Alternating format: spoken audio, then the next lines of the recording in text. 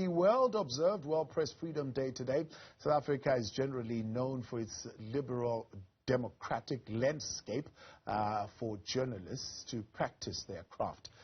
But researchers have counted nearly 60 instances of attacks on journalists, verbal or physical, and obstructing them from carrying out their work. Joining us now to discuss the state of journalism in South Africa today and its impact on audiences, viewers and readers is Professor Glenda Daniels, Associate Professor of Media Studies at Wits University. Prof, good evening and thank you very much for your time joining us tonight here on In Focus. If you look at where we were in 2021 and where we are in 2022, any significant move on the Press Freedom Index? There isn't any significant change from 2021 to 2022 in terms of the World Press Freedom Index. We seem to have shifted a place down, which is not hugely significant, from 34 to 35. However, the incidence of attacks on journalists from last year to this year has been quite a rapid, significant increase. Journalists are still being attacked from the SAPS, from communities, and from political parties in particular. So it's a very worrying situation in South Africa, even though we have this constitutional protection for freedom of speech, freedom of expression, access to information, and so forth. Yeah. How much of that has got to do with the prevailing political climate in the country? I think it's got everything to do with a divisive, factional political climate, not just between different political parties, but also within the ruling party itself. So unfortunately, often what happens is that, journalists can become and have also become partisan. Although by and large, especially in mainstream media, we've got a very good media. We've got a very fantastic investigative press.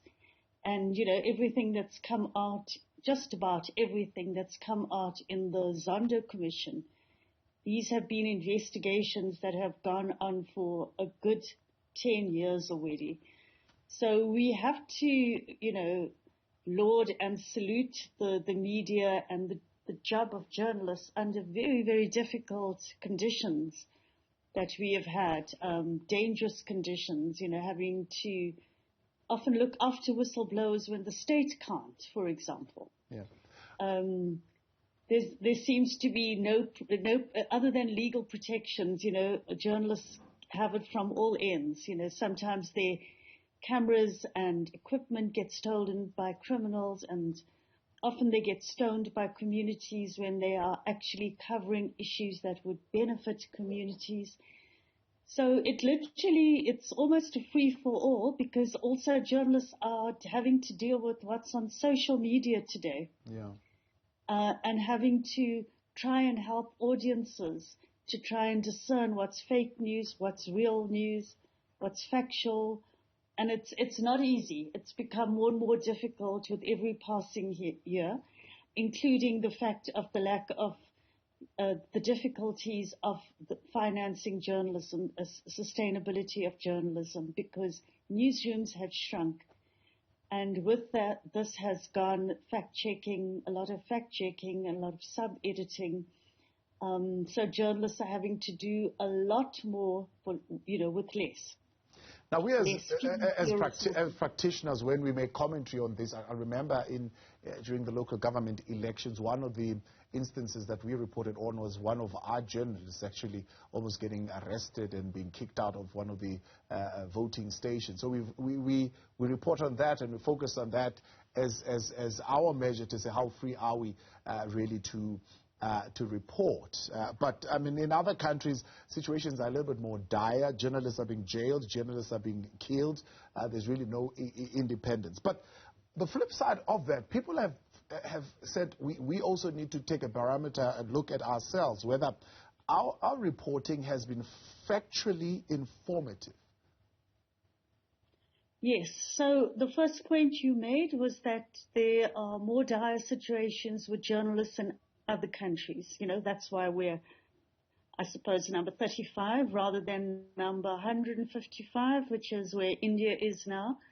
155 is where Russia is. Eritrea, second last, for example, where journalists are being shot, killed, and put in jail. So yes, indeed.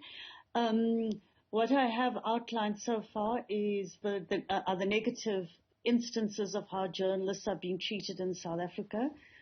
But of course, we have a constitution, and of course South Africans value their freedom and value the role of journalists in society. That is all true.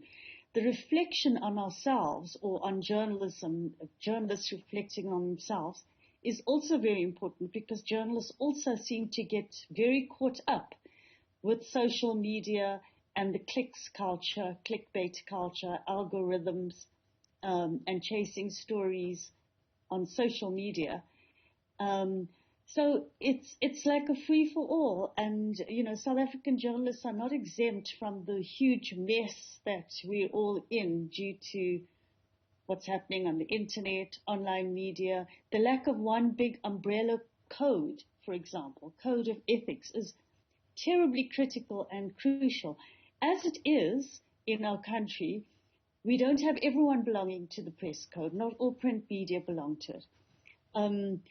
So we do need something, and we need an ethics barometer. We had an inquiry into ethics breaches with the Satchel Commission that came out last year. Now those things have to be implemented with an ethics barometer in newsrooms so that journalism does become better. We definitely need to become better, but it becomes harder and harder the more financially squeezed media companies are. Access to information in a digital age has become something else, has it not? Because anyone who can write 140 characters, maybe I'm even wrong, I think those characters have now been increased, you can write a little bit more, can now report on everything and anything, including what others are saying, private information that should not be, personal private information that should not be put on those platforms. Yes.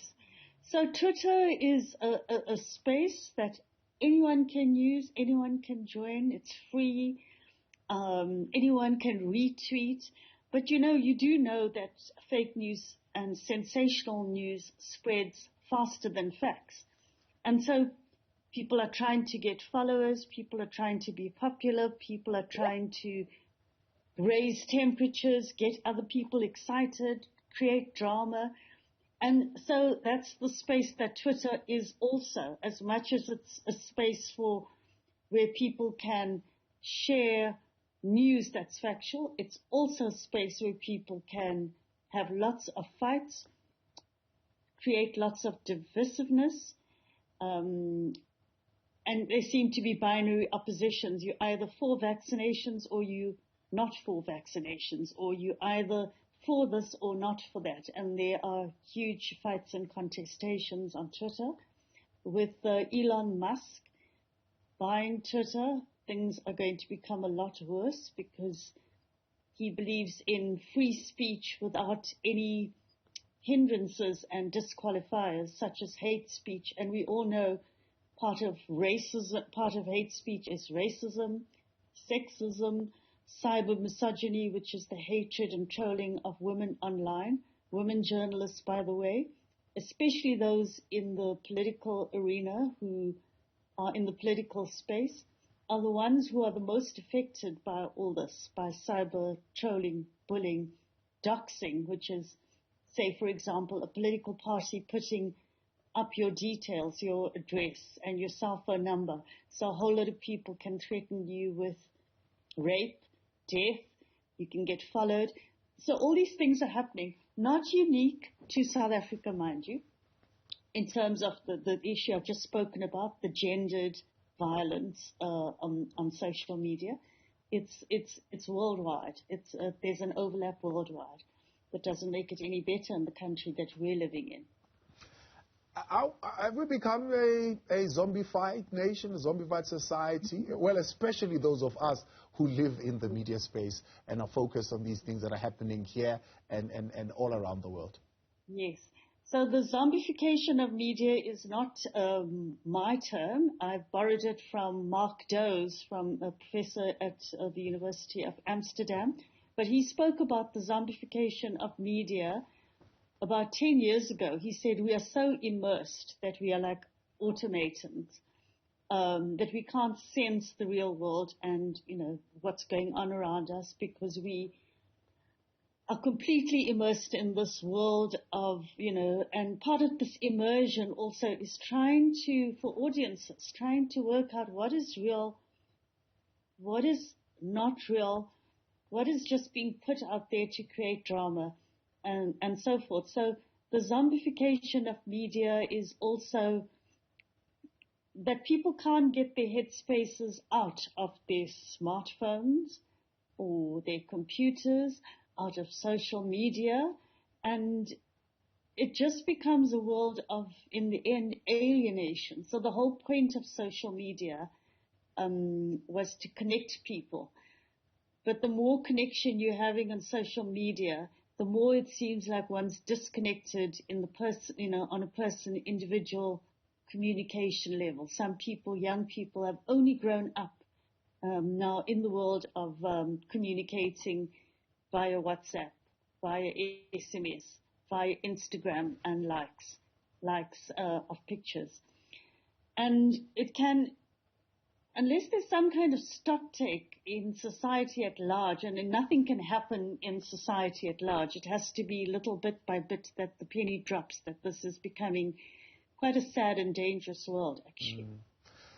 As academics, what is your thinking around this confusion that comes about? Because, both sides of the story can be true at the same time. So it can be true that there are factions within the ANC, but it also can be true that those who are caught up in these factions are actually wrong and they did steal money. So you would want to report that, but it creates a confusion to say when you do report that, you are picking a particular side. How is this going to be resolved? Well, if a journalist is reporting on corruption and one faction is not corrupt or less corrupt than the other faction, and a journalist is reporting on the facts, or reporting, for instance, on the findings of the Zondo Commission, which by now everyone has said has been a fair commission, it's been a thorough commission, it's done its work, then because one is in the other faction, one then automatically, in a faction that's been, or supportive of a faction that's been corrupt, unfortunately, then you get, put into a basket of, a Cyril Ramaphosa supporter. It's all unfortunate because the facts matter and fighting corruption matters. So one should be sticking with the principles. What is the kind of country that we want? Who is it that's reporting the facts? Which media is? Which journalists are?